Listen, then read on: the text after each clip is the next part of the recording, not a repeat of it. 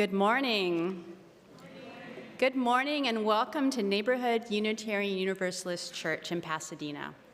Welcome to all members, friends, and guests here in person and virtually. My name is Kim Hayden, and I'm a member of your Board of Trustees. Neighborhood Church creates and grows an inclusive community of faith connected by love, spirit, and service. We acknowledge our presence on the ancestral and unceded territory of the Gabrielino Tongva peoples, the traditional caretakers of the lands and waters of this campus. With respect for the rights and wisdom of Indigenous people, we acknowledge our harmful colonial histories and commit to decolonizing our own practices, to learning new ways of being in community and with each other in good relationship with the Indigenous people of this land and with the land itself. Today's service is led by Senior Minister Reverend Dr. Omega Burkhardt with music by Dr. Zenaida Robles. Please take a moment to silence your devices as we begin our service. Thank you for joining us as we continue to prioritize connection over perfection in this hybrid service, which is streamed online and recorded on YouTube. Families with young children are welcome in the sanctuary or in the narthex. As we begin our time together this morning, we have a few announcements. First, our winter camp at De Benneville Pines will be March 1st through the 3rd. Registration starts today. Talk to the folks at the camp tables on the patio for more information. Camp is a great opportunity to have fun and deepen your relationships with our community. Campers of all ages are welcome.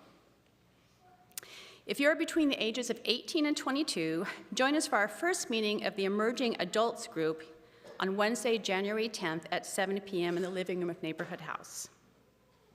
Lastly, I'd like to invite Frank Holcord and Farrell Menon up to share some information about Reverend Omega's upcoming installation ceremony.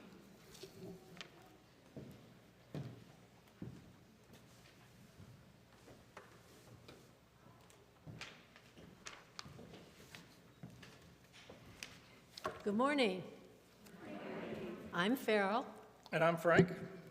And we're here to tell you about an exciting upcoming event in our congregation. And that is the installation of Reverend Dr. Omega Burkhardt as our Senior Minister of Neighborhood Universalist Church. Yes, I agree. This exciting event will occur on Sunday, February 4th at 3 p.m., and it will be followed by a reception in Neighborhood House. The idea of an installation might be confusing to some of you, particularly those who are new to UUism. In our denomination, a ministerial installation, along with the ordination of a minister, is a central ritual and is a celebration of the covenantal relationship between a minister and the congregation that has called the minister. It usually happens in the first year of the new minister's settlement in the congregation. We're in our first year. To quote from the UUA manual on ordination and installation, it marks the congregation's successful completion of the ministerial search process. The weeks and months of self-examination and self-promotion as they hope to attract someone who is qualified to be and who wants to be their new minister. The congregational vote to call the minister, often held months earlier during the minister's candidating week, is the act that leads to the installation, which is a celebration of the joy both parties feel for having found one another and their agreement to enter into a covenant of shared ministry. The installation isn't something the congregation just does for the minister. Rather, it honors and celebrates the promises we are both making, minister and congregation, to one another as we knit ourselves into a shared ministry. The service of installation is centered around a spoken ritual that lifts up our collective covenant of shared ministry. As with the service of ordination, it's a worship service that offers an invitation to individual and communal transformation, as well as an opportunity to live out our faith in the world. So, as you can see, an installation is a pretty big deal. As Reverend Omega told us, this is about as high church as UUs get. Our installation committee is working hard to make sure this will be the finest installation that neighborhood has ever seen. Matt and Deidre are even hosting a pre-installation EJ event with Northeast Trees the day before, where you'll have a chance to plant a tree with Reverend Omega. The committee will be sending out invitations via email to everyone this week and making requests for volunteers to help with different aspects of the event as well. Be sure to check your email and read the next few newsletters for all the details and requests.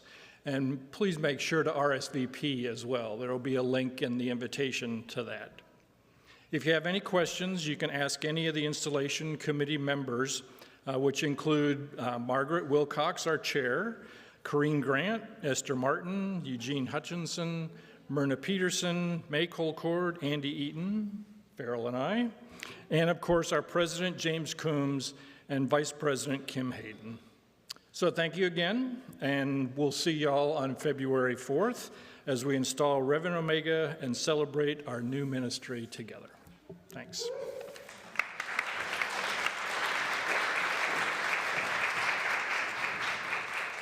Thank you, Frank. Thank you, Farrell. Really big weekend. Make sure you mark your calendars. So our order of service and more extensive announcements are available as a link in the Sunday email, posted in the narthex, or through the QR code on the back of your hymnal. You can always get more information on these and many more activities at the welcome table. Again, welcome to Neighborhood Church, whoever you are and wherever you are on your spiritual journey. Welcome to this inclusive faith community connected by love, spirit, and service.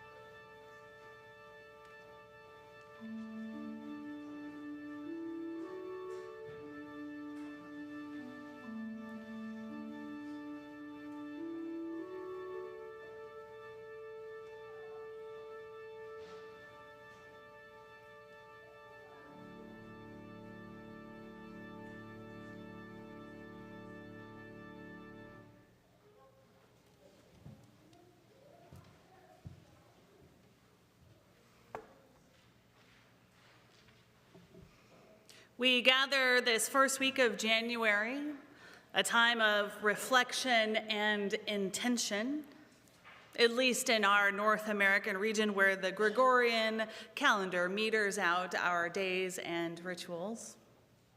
We gather this first Sunday of the year in community, some of us carrying heavy burdens and others joyous for a fresh start that the new year offers. And yet others, I'd guess many of us, holding the complexity of both, wanting to let some realities go and desperately clinging to other new aspirations. We gather this hour to consider our past year, to ground ourselves into the present moment, this beautiful moment together, and to look ahead to a year of putting love at the center of all we do. This month's theme is liberating love.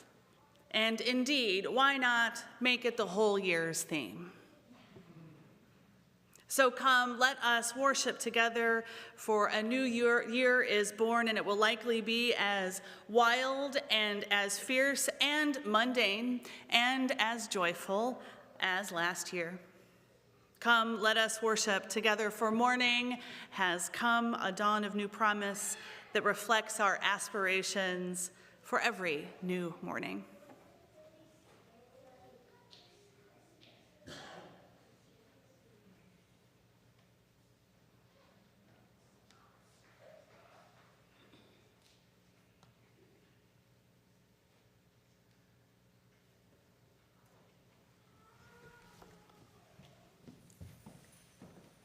Our opening hymn is number 1000, and your teal hymnals are on the screens above. It's the first hymn in the hymnal. Please rise in body or in spirit and join us in singing number 1000, Morning Has Come.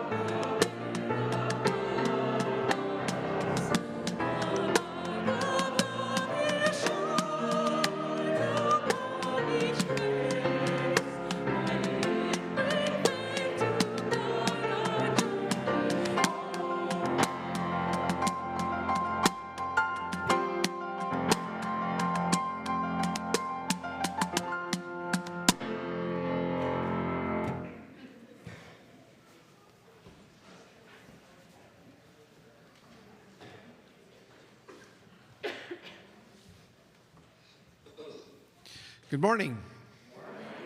I'm Matt Vasco, Neighborhoods Director of Spiritual Exploration. It's a joy to be with you all this morning. I have to ask, Zenaida, what is that drum called? This is called a cajon. It's like a baby cajon. Usually they're larger and you sit on them. You probably have seen me sitting on them awkwardly and going like this. This is a baby one and I got as a gift, and I thought I would play it today. It's beautiful. It's wonderful. I thought, who brought the drum set? That was amazing. All that was coming from the little box. Wow. Very cool. All right. Well, it's just me, I guess. So could I have all of the children and youth forward for a story for all ages, please?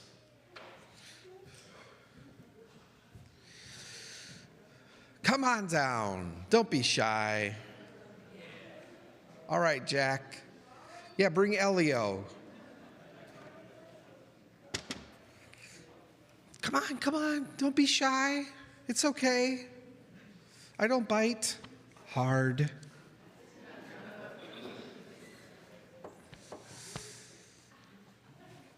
So our theme this month, which Omega mentioned, Reverend Dr. Omega mentioned, is the theme of liberating love.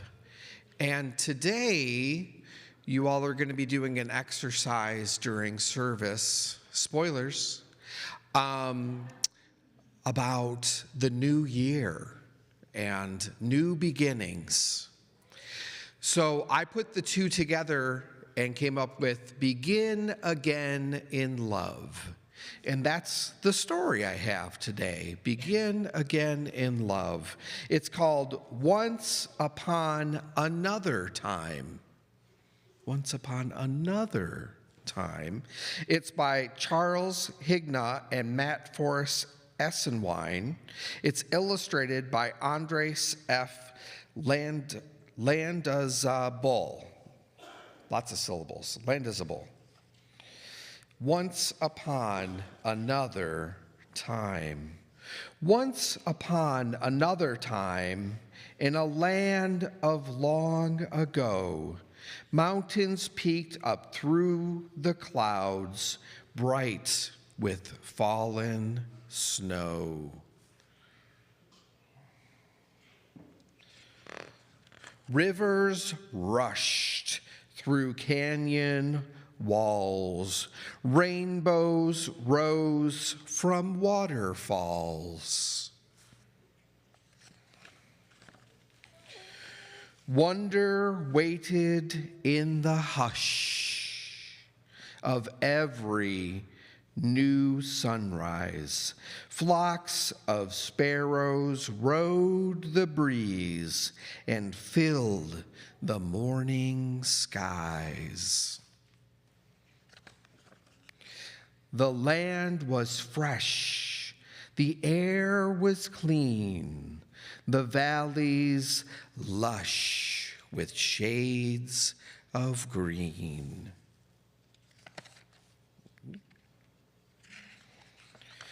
There were no cities made of steel, no buildings, no concrete, no highways, byways, billboard signs, no traffic in the streets, no streets. There were no drones or airplanes flying past a smoggy sun. There were no phones or internet. The webs were spider spun. Before our tools and grand machines, before we harnessed wind and streams, before we mined for gold and oil, before we learned to work the soil. So we're going way back before people worked the soil, before one human step was taken. Earth and moon and stars awakened. Once upon another time, the world was young and new. If you want to know this world, there's something you can do. Leave behind the phones and screens and take a step outdoors. Breathe in air that once was shared by monstrous dinosaurs. Look at that picture. They're stepping out the door. There's a big dinosaur right under them. You never know what could be right under our feet right now. So exciting. It's a mystery. Makes you want to go dig a hole, doesn't it? Yeah. Feel the wind upon your skin. Imagine where that wind has been. Hold an oak leaf. Trace its veins. You ever notice how leaves have veins? Chase a rainbow. Taste the rain. When I was a kid, you couldn't do that because it was acid rain. We fixed that problem. Look up as the passing clouds drift before your eyes. Behold, the wondrous dance unfolds, a ballet in the skies. Walk through sunny fields of grass, climb a maple tree, smell the clover, wild and sweet, listen to the bees.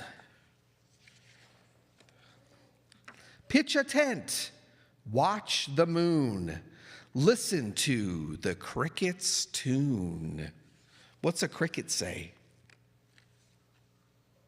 Good. Yeah, they're kind of quiet. And the sky, the sun, and to the sky, the sun will climb, just as it did another time. Yeah. And then we have our friend the fox living in the wild. You know what this book reminds me of? I can't help but think of it when I read this book.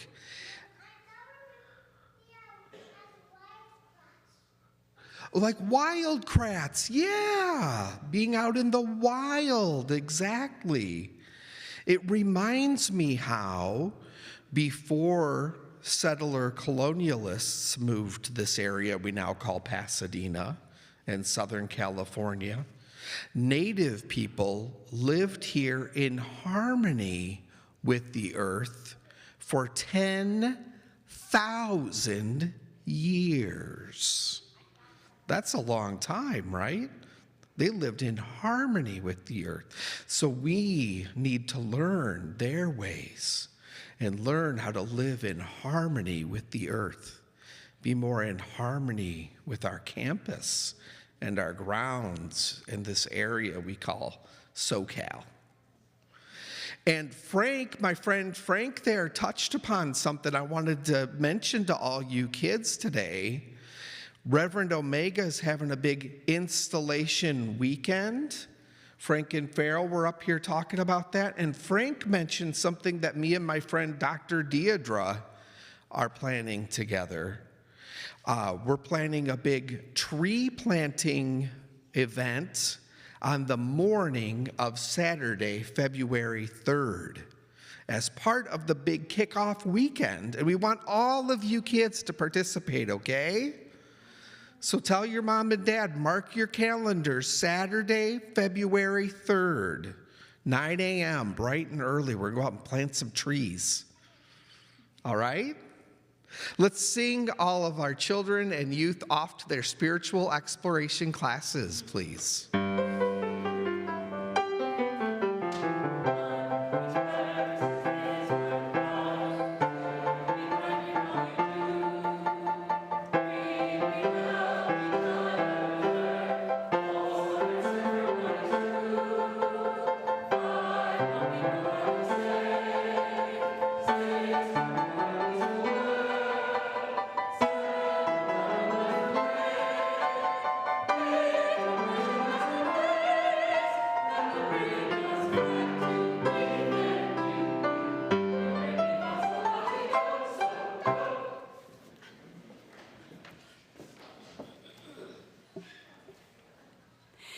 Giving is a spiritual practice through which we put our values into action, or our action into values. We could do both.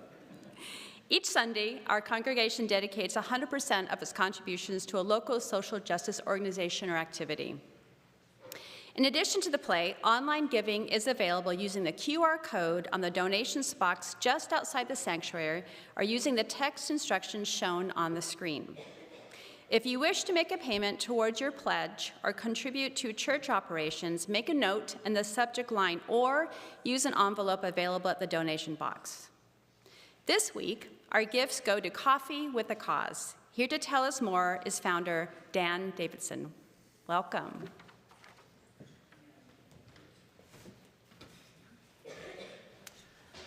Good morning, everyone. Good to see you all. Thank you for having me. I just want to take a couple minutes to briefly share my own story in getting involved with Coffee with a Cause, and then also give an update on how we're doing as a nonprofit. But honestly, I'm really actually here just to say thank you, because neighborhood has been a big part of our journey. Half of our board has come from neighborhood. So a big shout out to a couple of our board members, founding board members. If you all know Andy and Barbara Eaton, and then also we have Farrell Minnan on our board as well. So thank you so much. They keep me on track and they help me make the right decisions and move things forward in the right way. Otherwise, I would be all over the place. So thank you so much for that support. Real quick about myself, I got involved in this earlier than I ever thought I would have. Actually, as a child, my parents became foster parents when I was about 8 or so, and we had foster kids in our family. And then a couple years later, they ended up adopting some of the foster kids, and now I have 3 adopted siblings that have been a part of my family since I was 10. I had no idea that was part of my upbringing and training that was going to prepare me for what I got involved in. And then when I moved to Pasadena, and about 15 years ago, I came to reopen a church. And the first neighbors I encountered that were in need were youth that were experiencing homelessness near PCC. And at night, they would sleep at the church. Obviously, the need they have was greater than we could provide as a local congregation, so we had to find a way to address the issue that would be more sustainable. And so we helped the youth get connected to all the different nonprofits, and I found out that there was one area we could assist in, and that's job training. And so after learning that, we set up a training program for youth that are coming out of either the foster system or homelessness, what we call transitional age youth, and we began to train them in coffee. And that was started on a little coffee cart that eventually became a cafe, and that cafe is called Rosebud. Anyone here been to Rosebud Coffee? Yeah, awesome, thank you, thank you. So we have a live place where the youth get job training, and from there they're able to go off and find their own path towards sustainability as they enter adulthood.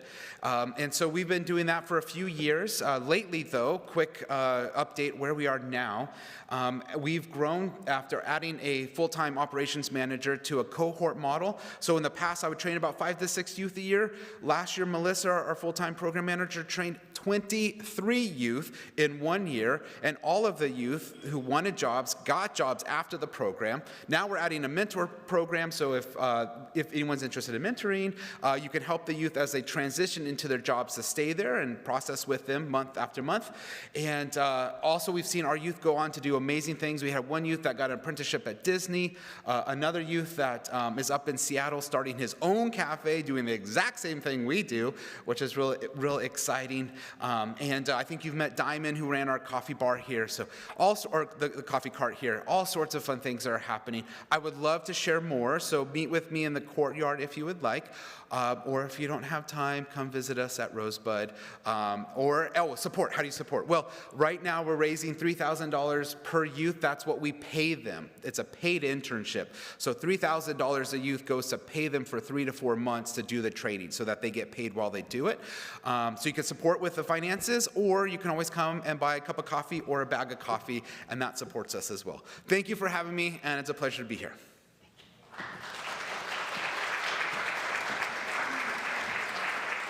Thank you, Dan. Will today's volunteers please bring the plates forward? Thank you for giving generously.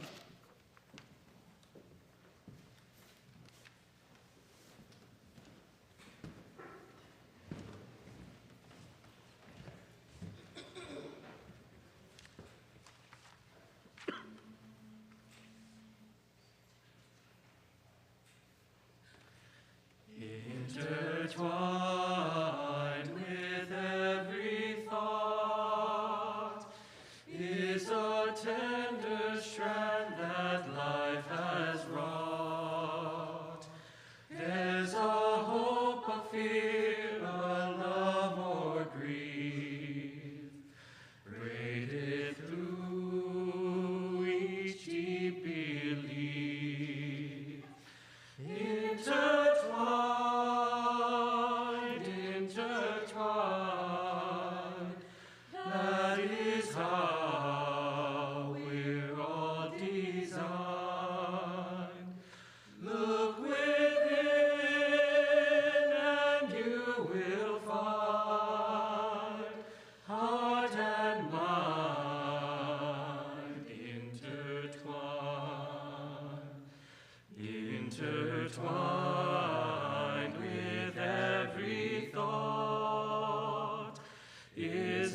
tender strand that life has wrought. There's a hope, a fear, a love or grief, braided through each deep belief, intertwined, intertwined. That is how we're all designed. Look within and you will find heart and mind intertwined. Listen to the daily bread and the nightly prayers. Listen to the newborn baby and the empty chairs. Listen to the promise made and the story told. Listen to the hidden need and the inner goal. Listen to the open hand and the furrowed brow. Listen to the long lost dream and the here and now. Listen to the sum of all the broken parts. A meeting of the mind begins with a meeting of the heart.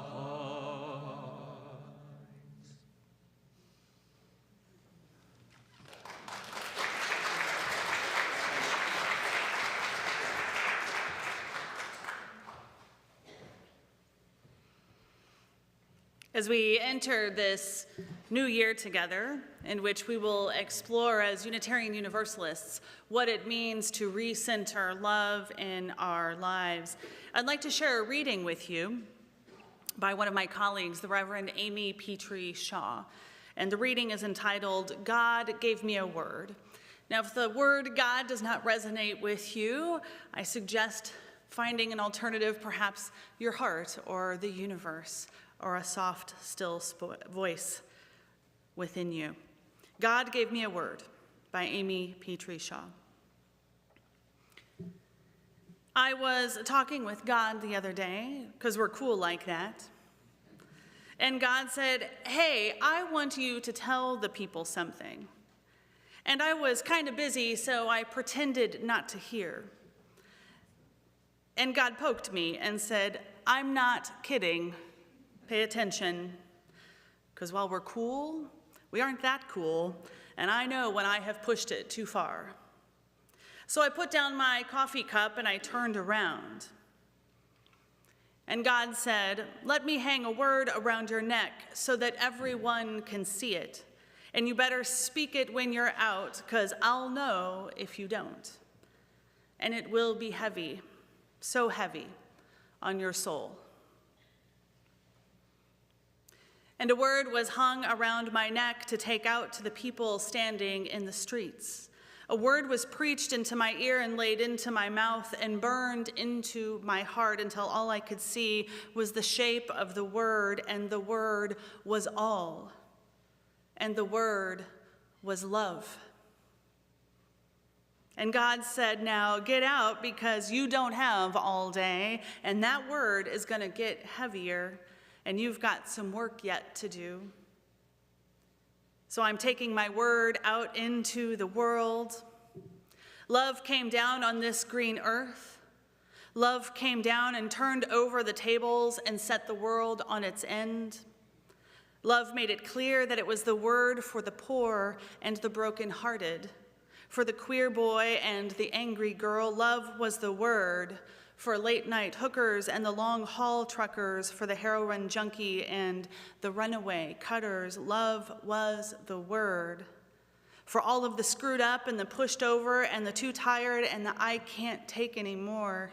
Love was the word for the HIV patient and the man with no papers. Love was the word for me and for you, for the saints and the sinners and all of the scramblers in between. Love came down and made a way for there to be a way, and then love said, we are never going back. He who has ears, let him hear. Love said we are part of all of us, something bigger, and if you cannot rise with us, if you cannot love with us, then you should get the hell out of the way because we aren't going anywhere and you are in the path. He who has ears, let him hear. Love came down for the world to know, and I'm holding out this word. So even when you and God are just like that, you can't pretend you didn't know. I cannot put it down. Not for a politician spewing hatred, not for a minister vomiting out bile in the costume of a saint, not for money or country or for kin. I'm holding my word in my mouth.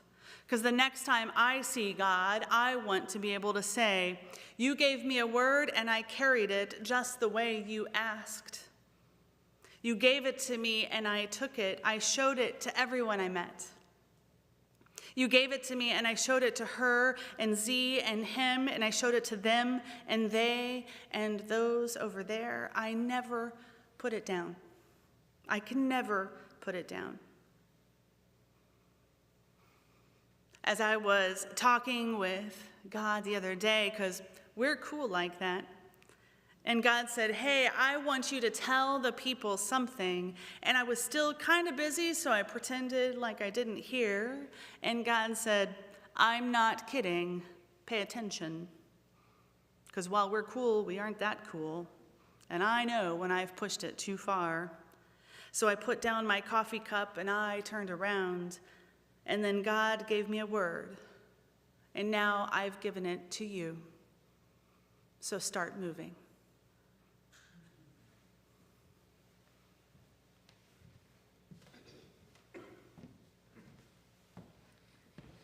There's going to be a change in the order, in the program for the music today. Instead of the Mozart Ave Verum Corpus, we're going to ask Adrian to come up and sing Love Bade Me Welcome by Ralph Vaughan Williams.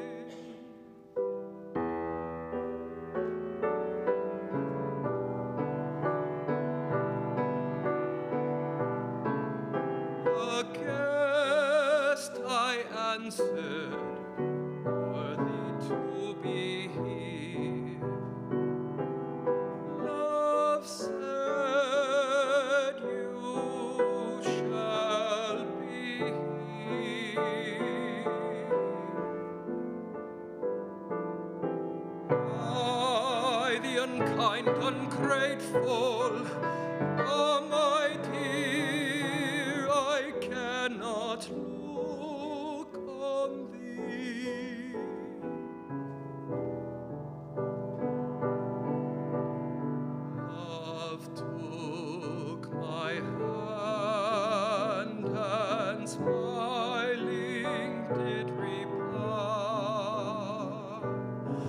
who made the eyes but I? Truth, Lord, but I have marred them.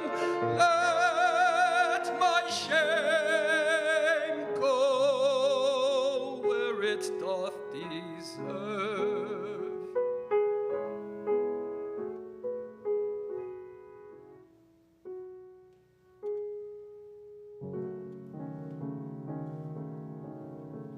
And know you not, says love, who bore the blame, my dear, then I will serve.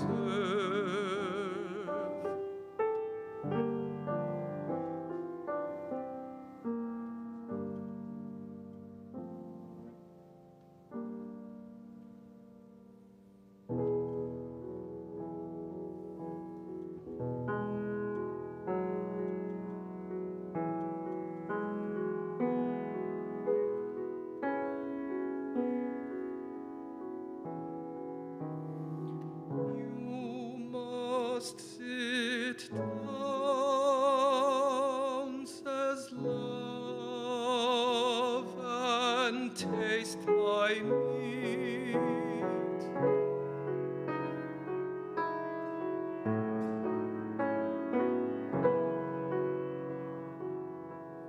So I did sit and eat.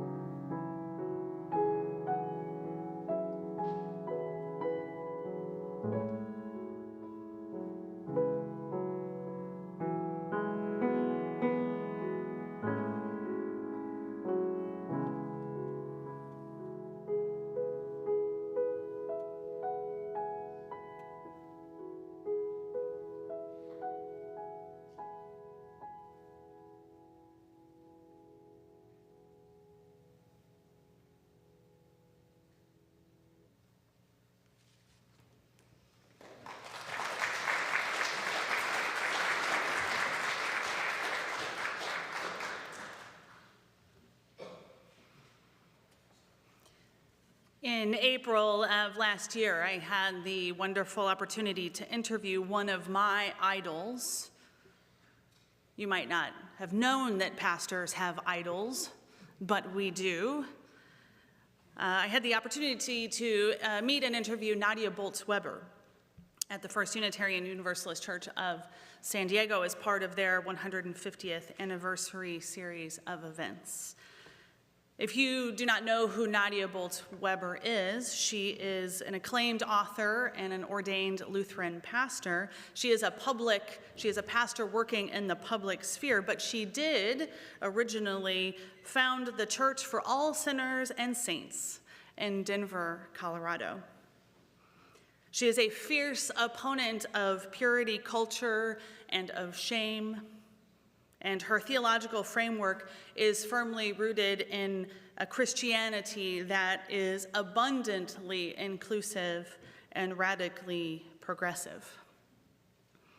Our conversation eventually turned to the subject of the false promises and sometimes disappointment of the term self-care. Her assertion, and I'm paraphrasing a very complex and complicated argument, but her assertion is that we can't self-care our way to holiness. We can't self-care our way to love. There's a whole industry that takes advantage of our desire to make ourselves better by eliminating things, eliminating the toxic or the ugly, the faded, the graying, aged, the sad, or the saggy. That this elimination will somehow bring us more joy, a sense of completedness, more romantic love, more money, more divinity, if that's a thing you're looking for. As I was reflecting on my own end to last year, my own experience of living through 2023, I realized it was a momentous year for me, yes, and for my family, but there was also loss and struggle and sadness and doubt. And no amount of self-care, as healthy and important as it is, no amount of self-care will make that complexity disappear. Perhaps healthy self-care might give us some tools to be more capable to hold the complexity, but not one action will make me or you more worthy of love. We are already worthy of love, regardless of our improved skincare regimens, regardless of upping the number of steps on our counter on our watches, or how many sweets we cut out, or how much Netflix we decide not to watch. We are already worthy of love and of loving others. So as we face this new year together as a community in Unitarian Universalism that will be focusing on what it means to center love in our lives, I urge us to think about how we can move with some intention into this new time. Perhaps going beyond a simple resolution to do something better or to give something up, perhaps we can refocus our intention to do something from love. Perhaps we stop carrying a mental or an emotional burden that has been harmful and unloving to ourselves or to others. Perhaps we work towards actions or thoughts or heart work that aspire to be filled with loving kindness towards ourselves and to others and the world. Perhaps we resolve to lend our skills and our talents and our hearts towards the work of peace and justice, guided by love for our planet and its inhabitants. Or maybe this feels too pressure-filled, or maybe you want to honor the ways that we must hold burdens that we don't want. Or maybe we should just celebrate the getting through day by day. That too is an act of love for yourself, of being aware of your personal boundaries and what you can and want to do, how you want to be at this stage of your life. So let us as a community say goodbye to 2023 and welcome a new year where we're putting love at the center of that. So we're going to do that together in an embodied practice here. You were given a small piece of paper when you entered and a golf pencil around which all good church work happens. If you did not receive one, perhaps one of our ushers or greeters could walk around with the basket.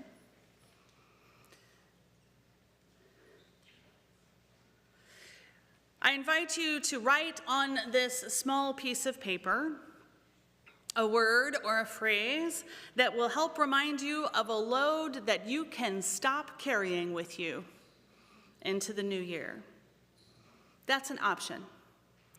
Or if you would rather write a word to set an intention about the year to come, a year framed in love, do that instead.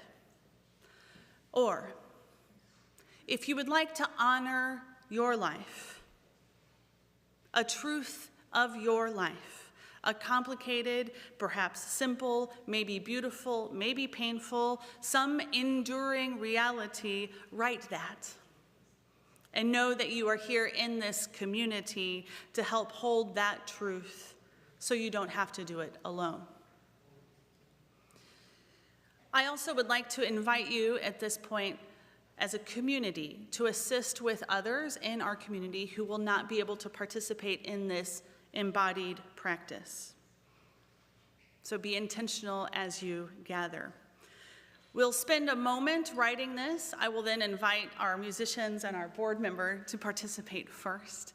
By coming towards the flame, I will bring two closer to us here. And you are invited to let your intention go with a flash. Let it return to the energy of our world. If you have not used this magic paper in the past, it is quite dramatic. But I assure you it is also quite safe. When you come forward, you'll light your paper and let it go. You may be tempted to let it go right when you light it. That's fine. Nothing will happen. It won't set anything on fire. Other people prefer to hold on to it as it burns. Either way is just fine.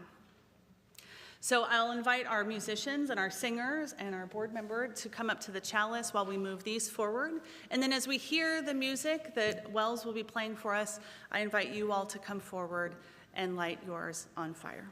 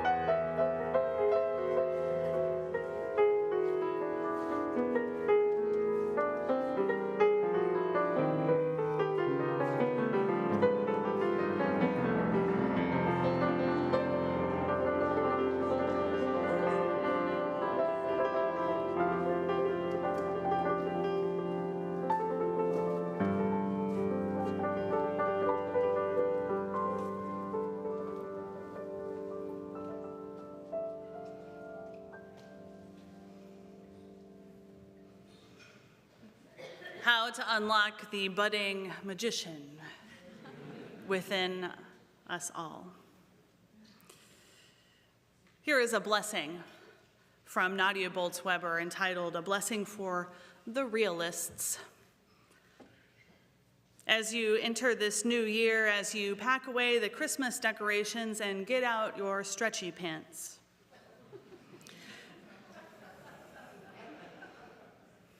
as you face the onslaught of false promises offered you through new disciplines and elimination diets, as you grasp for control of yourself and your life in this chaotic world, may you remember that there is no resolution that, if kept, will make you more worthy of love. There is no resolution that, if kept, will make life less uncertain and allow you to control your aging parents and your teenage children and the way other people act. So this year, as every year, may you just skip the part where you resolve to be better, to do better, and look better next time. Instead, may you give yourself the gift of really, really low expectations. Not out of resignation, she writes, not out of resignation, but out of generosity. May you expect so little of yourself that you can be super proud of the smallest accomplishments. May you expect so little of the people in your life that you actually notice and cherish every small, lovely thing about them. May you expect so little of the service industry that you notice more of what you do get and less of what you don't, and then just tip really well anyhow. May you expect to get so little out of 2024 that you can celebrate everything it offers you, however small, because you deserve joy, not disappointment. Amen.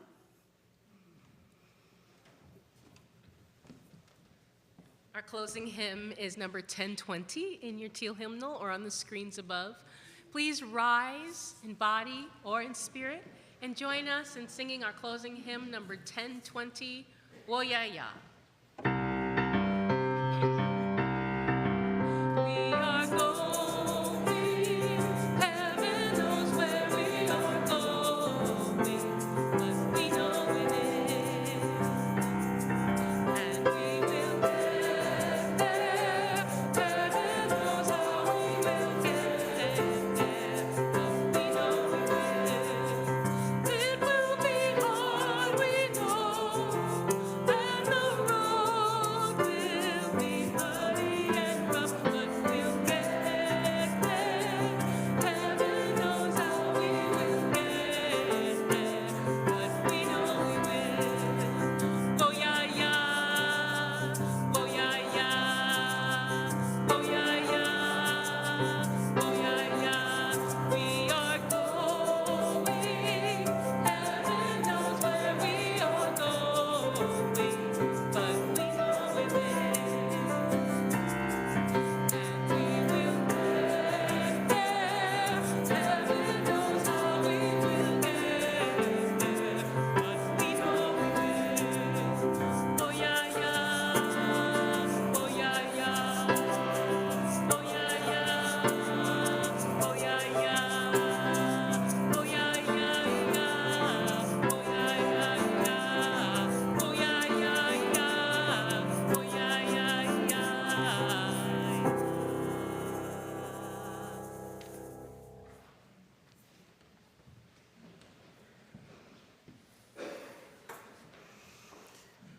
I'll leave you with these words from Omid Safi, who encourages us to be our best selves in whatever way that's important to be. Be your most beautiful self, be your most luminous self, be your most generous self, be your most radically loving self. And when you fall short of that, as we all do and as we all have, bounce back and return. Return again and again, because there is grace in returning to your luminous self. Happy New Year, and may it be so.